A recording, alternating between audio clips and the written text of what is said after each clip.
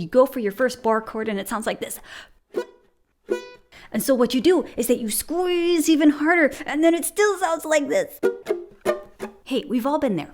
Hello, I hope you're having a wonderful day today. If you're new here, hi, my name is Katie. I'm a music teacher here on YouTube, guitar, ukulele, voice, music theory, and I love helping my students get to that next musical level, no matter what that may be. Today is another tips and tricks video about how to play bar chords and play them more easily. So let's say you've mastered all of your open chords, you're really excited, you go for your first bar chord and it sounds like this. And so what you do is that you squeeze even harder and then it still sounds like this. Or you say, I have small hands, I can't do bar chords, my fingers, they're too small. You know what? I feel your pain. I am almost 5 feet tall. I like to say I'm a little bit above 5 feet tall. I am very petite. I do have short fingers, okay? And I've learned how to play bar chords, but what if I told you that maybe the secret is in your posture? Yeah, that's right. Maybe the secret is in your posture. So I'm going to show you a way that you can leverage, literally leverage your posture in order to help improve your bar chords. So let's give this a try. First, we have to talk about posture. So I'm going to be sitting with my back straight and I'm going to be more so on the edge of my chair, and this portion of the body, the back right here, is going to be smooshed, which is a very technical term. It's going to be smooshed against my right rib. So I think body to body right here. And then what I'm going to do is I'm going to take this portion of my forearm. I'm going to lift up my sleeve here. This portion of my forearm right here, and I'm going to bring it around over to the top of this edge of the ukulele, and I'm going to push it against my ribs. Now what you could do, like me, you could either cross your leg to bring it up a little bit, rest it on your thigh. You could uncross your leg and rest it on your thigh. You could have a footstool to bring it up if you need a little bit more height. That's totally fine. Or you can wedge it underneath your arm and push this portion of the body to your body. Next, you want to take this portion of your finger and locate the notch on the neck of your ukulele, and then you're going to rest the neck here in this notch. So here I have this pivot point right here, and what this does is that really helps me to transition between my chords without my neck falling, because if my thumb is behind and I'm just using the pressures of my fingers, the pressure of my index, middle, ring finger, whatever I'm using, and my thumb, whenever I go to change a chord, sometimes you may find that your neck falls. So give that a try, having this little notch right here.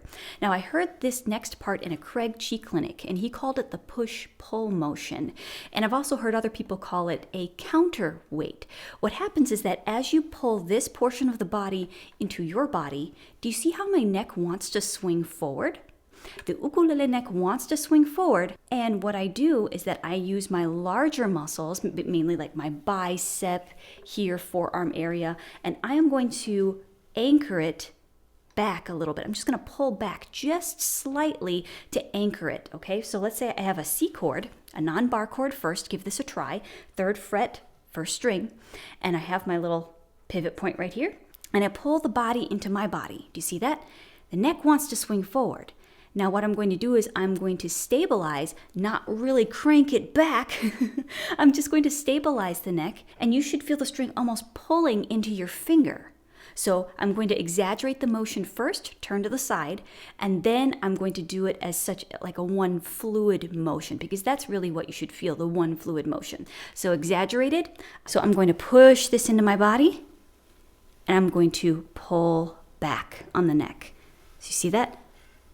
Push, pull, push, pull. One more time. Push, pull. Now, this is what it would look like just in one fluid motion. Go, go, go. Hopefully you feel the pressure releasing off of your left hand, or you don't feel like you have to push down as hard in order to form a clear sound, or produce a clear sound. That was the word I was looking for. Here we go, produce a clear sound. Now try that with a bar chord. So I do have some other bar chord tips and tricks. I'm going to put that in the cards above and the description box below. It's a separate video that would be able to help you. And I also have my bar chord boot camp that can be found on my Patreon page. That is available for all people that are part of the gold tier and above, and that it has exercises, bar chord tips, and songs that you can incorporate these exercises in. So let's try the B minor. So I'm going to bar the 2nd fret, and then my ring finger, or finger number 3, is going to be on the 4th fret of this G string. So I have my push-pull motion right here. I roll my finger onto its side. That's another trick from that video that I just mentioned. And then I try